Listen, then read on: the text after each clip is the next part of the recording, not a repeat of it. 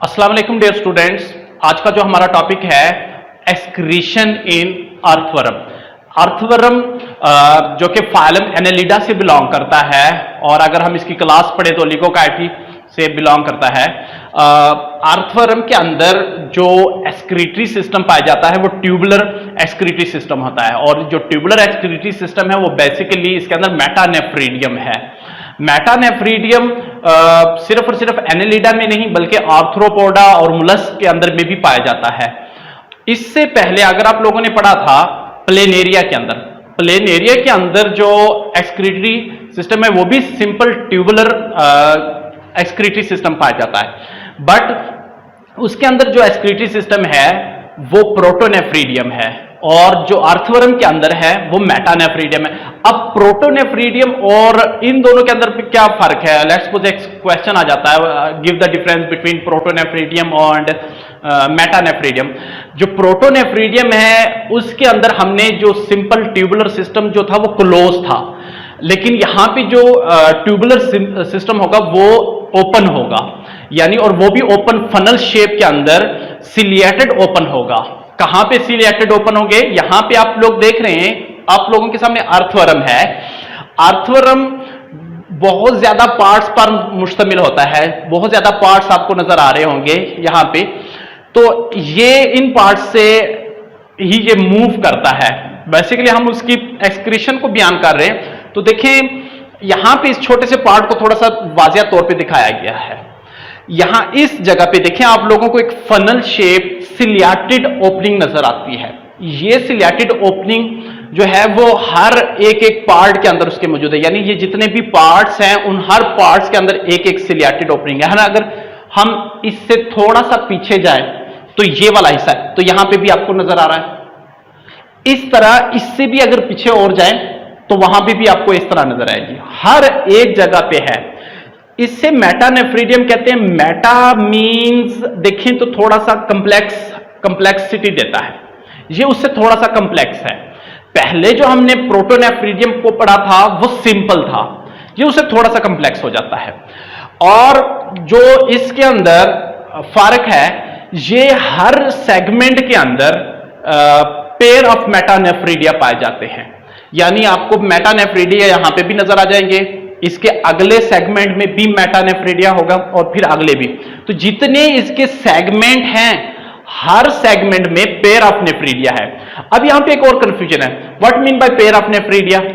Pair of nephridia, इस confusion को दूर करने के लिए मैंने एक और डायग्राम बनाई ताकि आप लोगों को आसानी से समझ आ जाए। देखें यहां पे आप इस जगह पे ये जो हमने इसका लिया है बिल्कुल सामने से लिया है, यानी जैसे ये है उसके सामने ये नजर आ रहा है। अब इसी डायग्राम को थोड़ा सा अगर यूं कर ले तो आपको क्लियरली एक ये नजर आ रहा है नेफ्रोस्टोम, दो नेफ्रोस्टोम नजर आ रहे हैं और उसके साथ साथ नेफ्रीडिया दो अलग अलग नजर आ रहे हैं।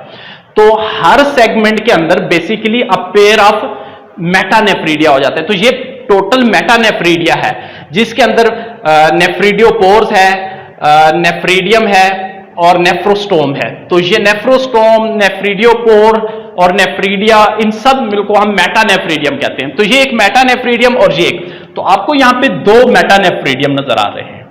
तो ठीक है, तो सबसे पहले ये क्या है यहां पे, उसके बाद फिर क्या होता है, यहां पे उनके गिर्द कैपिलरीज होती हैं।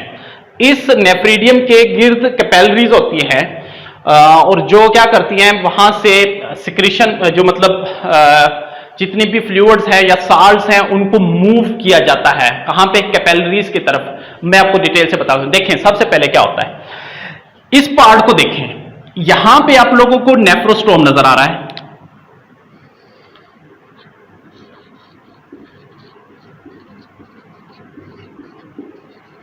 नेफ्रोस्टोम जो है वो एक सिलिएटेड है। सिलिएटेड मीन सीलिया का क्या फंक्शन है? यहां पे बहुत बड़ा फंक्शन है। सीलिया जब मूव करेंगे, वाइब्रेट करेंगे, तो यहां जो ल्यूमन के अंदर जो फ्लूइड होगा वो इसकी तरफ मूव करेगा। यानी यहां पे मैं कहता हूं लेट्स सपोज बहुत ज्यादा फ्लूइड है इस ल्यूमन के अंदर, तो ये मूव करेगा, किसकी तरफ मूव करेगा? इसकी तरफ। और फिर यहां से फ्लूइड इंटरनली उसके अंदर इंटर होगा, और फिर यहां जो एक और चीज है ये वाली, इसको मैं कर दूं, सेप्टम कहते हैं। इसे क्या कहते हैं? सेप्टम। यानी हर सेगमेंट के दरमियान पे एक झिल्ली, एक दीवार है जिसे हम क्या कहते हैं? सेप्टम कहते हैं। तो सेप्टम में से जो नेफ्रोस्टोम होता है वो आगे जब जाता है टिब्यूल की फॉर्म में, किसकी फॉर्म में? टिब्यूल की फॉर्म में, तो वो सेप्टम से होकर, तो यहां पे काफी मतलब कन्वोल्यूटेड होकर वापस यहां पे लार्ज शेप में जाती है, जिसको हम ज्यादातर ब्लैडर कहते हैं। ब्लैडर फॉर्म में यहां पे थोड़ा सा वो लार्ज हो जाता है, जिसे ब्लैडर फॉर्म कहते हैं। तो ये ब्लैडर फॉर्म है, और फिर वो नीचे एक्सटेंड होकर नेफ्रीडोपोर्स बना रहा है।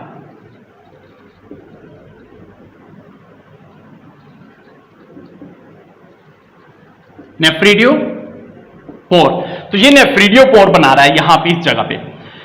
अब देखें, यहां से फ्लूइड जो था वो मूव हो रहा है इस जगह से, यहां मूव करेगा, यहां इस तरफ आएगा।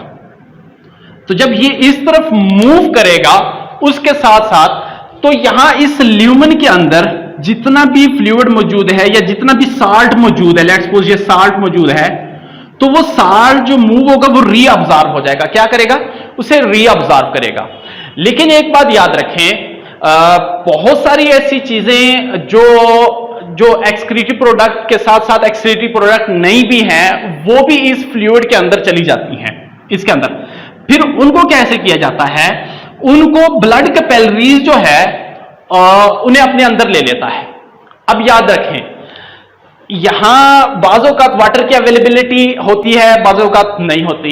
देखें, अर्थवर्म जो है वो दो तरह के इन्वायरमेंट में रहता है। एक ऐसा इन्वायरमेंट जो टोटली उसके अंदर वाटर के अंदर रहता है, और एक ऐसा इन्वायरमेंट जो लैंड वाला है, लैंड में भी रहते हैं और वाटर के अंदर है। तो वाटर के दौरान उन्हें डिफरेंट अडेप्टेशन का सामना करना पड़ता है, और लैंड के अंदर डिफरेंट अडेप्टेशन का। जब वो वाटर में होते हैं तो वहां पे वाटर की अवेलेबिलिटी बहुत ज्यादा होती है। तो इस दौरान ये जब फ्लूइड इनके अंदर होता है तो उसके अंदर वाटर की कंसंट्रेशन भी क्या होती है? ज्यादा होती है। तो उस वाटर को रीअब्जॉर्ब नहीं किया जाता, क्योंकि अवेलेबिलिटी बहुत ज्यादा है, तो इसलिए अब्जॉर्ब नहीं किया जाता। जब ये लैंड में होते हैं तब इनके अंदर ये अडेप्टेशन होती है कि इनके जितने भी इसके ऊपर ब्लड कैपिलरीज होती हैं, किसके ऊपर? नेफ्रीडियम के अंदर, वो वाटर को यूरिन के साथ जाने नहीं देते हैं। वो ज्यादातर क्या करते हैं? वाटर को वहीं पे ही रखते हैं ताकि उसके अंदर ही मौजूद रहे। तो इस दौरान कंसंट्रेटेड यूरिन बनता है। ठीक है, दोबारा देखें, यहां से फ्लूइड जो है वो मूव करेगा, कहां से? ल्यूमन से। ल्यूमन से फ्लूइड मूव करता है, नेफ्रोस्टोम के जरिए गिरता होता है और यहां पे जाता है। तो यहां की जो एपिथेलियम्स हैं वो क्या करती हैं? रीअब्जॉर्ब करती हैं साल्ट्स को, जो ल्यूमन के अंदर साल्ट्स मौजूद होती हैं उनको रीअब्जॉर्ब करती हैं, और फिर ये जितने भी रीअब्जॉर्ब करती हैं साल्ट्स या दूसरी चीजें एक्सक्रीटिव में, वो उनको भेज दिया जाता है। कहां पे भेज दिया जाता है? कैपिलरीज के अंदर। अब मैं आपको बता दूं कैपिलरीज कैसे होती हैं। ये देखें, यहां से दो लाइनिंग होती है, एक ये लाइनिंग, और फिर ये डिवाइड हो जाती हैं, बहुत ज्यादा कैपिलरीज के अंदर बन जाती हैं।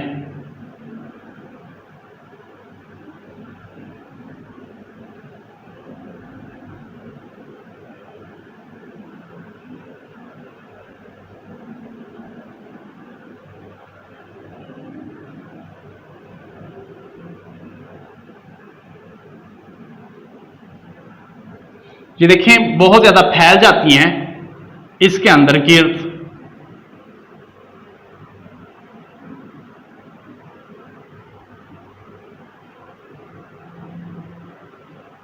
तो ये सारी कैपिलरीज जो थी वो उसके गिर्द फैल जाती हैं। यही कैपिलरीज जो है वो ये आगे जाती रहती हैं, फिर यही कैपिलरीज यहां पे भी होती हैं, इसी तरह इसी सेगमेंट में भी होती हैं, यानी इस कैपिलरीज को आगे भी ले जाएं तो ये एक डार्सल एक लाइन चल रही होती है जो पूरे हर सेगमेंट के नेफ्रीडियम के गिर्द होती हैं, जो कि दरअसल में साल्ट्स या बहुत सारी ऐसी चीजों को रिसीव करते हैं।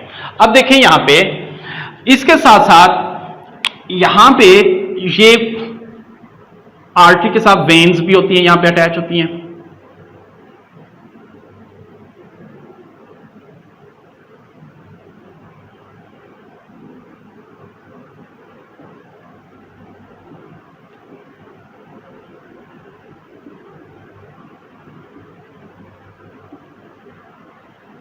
और ये अब दूसरी तरफ आ जाता है, यानी ये जा रहा है ब्लड और फिर वहां से वापस, यानी इनसे जितने भी चीजें मटेरियल वो लेकर वापस इस तरफ आ जाती हैं।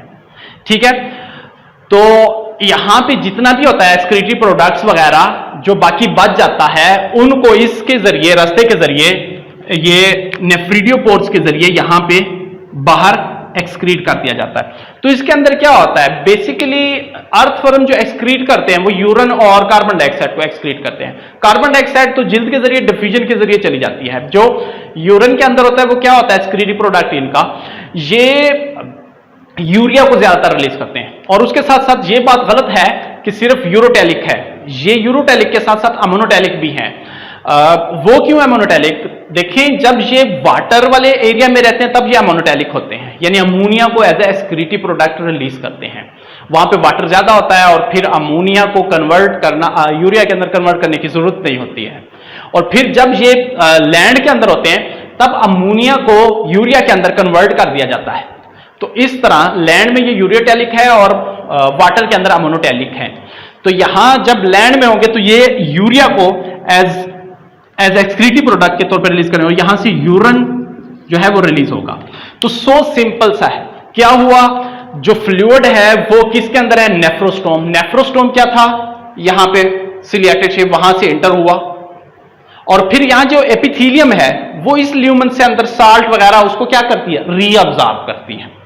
और फिर इसके ऊपर जो ब्लड कैपिलरीज हैं यहां से आ रही है, इसको वो भेज देती हैं इस तरह की जो भी अच्छी चीजें, मतलब वाटर या ऐसी बहुत सारी ऐसी चीजें जो जरूरत होती हैं, क्योंकि ये जो फ्लूइड जाता है यहां से इनिशियल जो स्टेजेस के अंदर बहुत सारी अच्छी प्रोडक्ट्स वो भी चली जाती हैं, मुफीद चीजें, तो उनको भी रीअब्जॉर्ब कर लेता है। और जो बाकी रह जाती हैं, जो नहीं होती, मतलब एक्सक्रीट करनी पड़ जाती है, वो यूरिन की फॉर्म में ये यहां से नेफ्रिडोपोर से वो एक्सक्रीट कर देती हैं। अगर आप लोगों के माइंड में कोई क्वेश्चन है तो कमेंट बॉक्स में जाके जरूर टाइप कीजिए।